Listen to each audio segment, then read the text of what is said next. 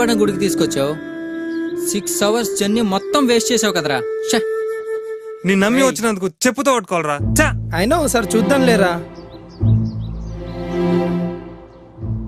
సారీరా, ఇలా ఉంటుంది అనుకోలేదు. మరి ఎలా ఉంటుంది అనుకున్నావు? చూడు, పాడుపడిన దాన్ని తీసి పడేయకుండా ఇంకెలా ఉంచేశారు. అది కాదురా. ఏది కాదురా?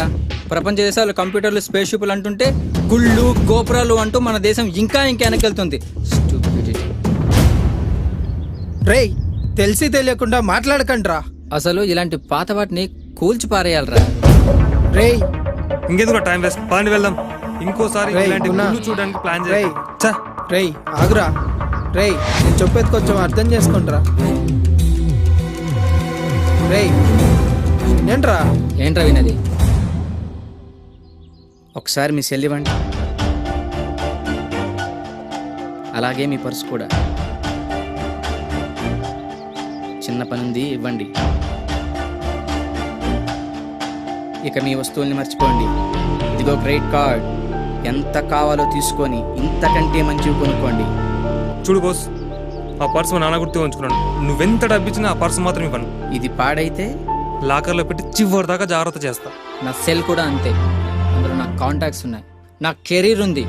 నువ్వు కోట్లు ఇచ్చినా ఇవ్వను. ఇది కింద పడి పగిలితే వేరే సెల్లో అదే సిమ్ వేసుకొని వాడతాను. ఇవి పాడైనా మీరు జాగ్రత్తగా పెట్టుకుంటారు. ఇంతకంటే ఎక్కువ డబ్బు వచ్చినా అమ్ముకోరు. మీకు వీటితో ఉన్న సంబంధం మహా అయితే 5-6 ఏళ్ళు. ఈ మాత్రానికే మీరింత సెంటిమెంట్ ఫీల్ అయితే, క్రేన్లు, ప్రొక్లేన్లు, కార్లు, బస్సులు లేని కాలంలో ఎంతో మంది శిల్పులు తమ జీవితాల్ని ధారపోసి 800 సంవత్సరాల క్రితం కట్టిన గుడి ఇది. ఇంకో 1000 ఏళ్ళైనా ఇది ఇలాగే ఉంటుంది. ఆచరణ, ఆదరణ, ఆరాధన. ఈ గుళ్ళోని అణువణువులో మన పూర్వీకుల జ్ఞాపకాలున్నాయి. ఇక్కడ వీచే ప్రతి గాలిలో మన పూర్వీకులు ఈ లోకమంతా చల్లగా ఉండాలని చేసిన మంత్రఘోష ఇంకా వినిపిస్తూనే ఉంది. మీ సెంటిమెంట్లను కాపాడుకుంటారు, మన పూర్వీకుల సెంటిమెంట్లని మాత్రం నిలువునా కూల్చేసి రిసార్ట్లు కట్టాలా?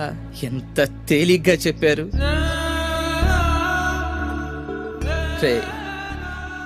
గుళ్ళు కట్టడం వల్ల దేశం వెనక్కి వెళ్ళటం లేదు, మనలాంటి స్వార్థపరులు పుట్టడం వల్ల దేశం వెనక్కి వెళ్తుంది. హ్యాట్స్ ఆఫ్ శ్రీ, ఏం చెప్పావు?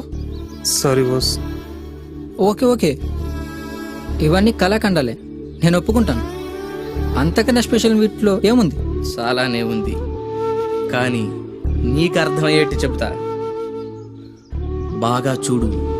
ఇవి పవర్ జనరేటర్స్, ఇవి విండ్ జనరేటర్స్, ఇవి ట్రాన్స్మిషన్స్, ఇవి ట్రాన్స్ఫార్మర్స్, ఇవి ఎలక్ట్రిక్ పోల్స్, ఇవి సెల్ టవర్స్. ఇవి రూపుదిద్దుకోవటం మొదలై కేవలం 200 సంవత్సరాలు, కానీ లక్షల సంవత్సరాలకు ముందే సరిగ్గా ఇలాంటి ఆకారాలతో మన ఆలయాల విమాన గోపురాలు, గాలి గోపురాలు, ధ్వజస్తంభాలు నిర్మించబడ్డాయి.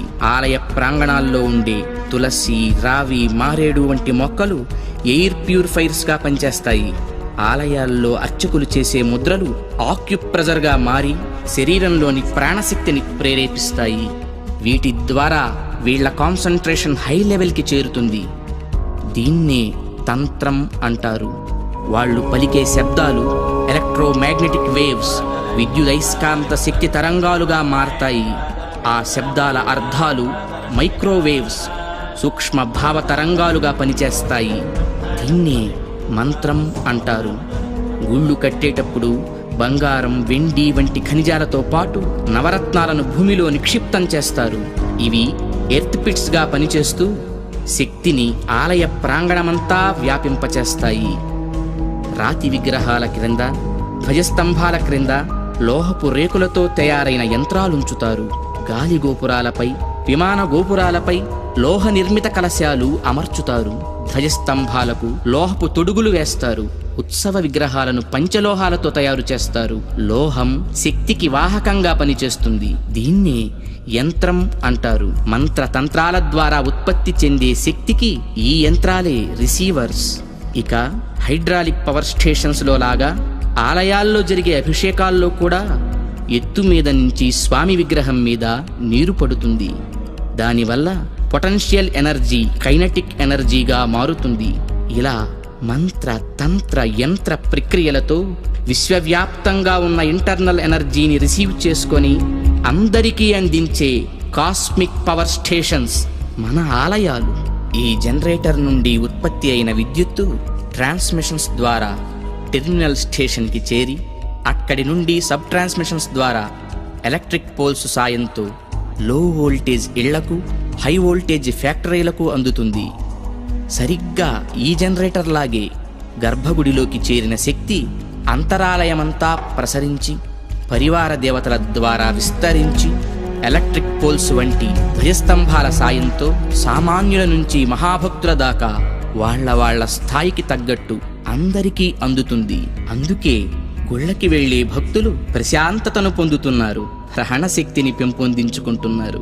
ఆ శక్తితోనే సమస్యలను పోగొట్టుకోగలుగుతున్నారు. అంటే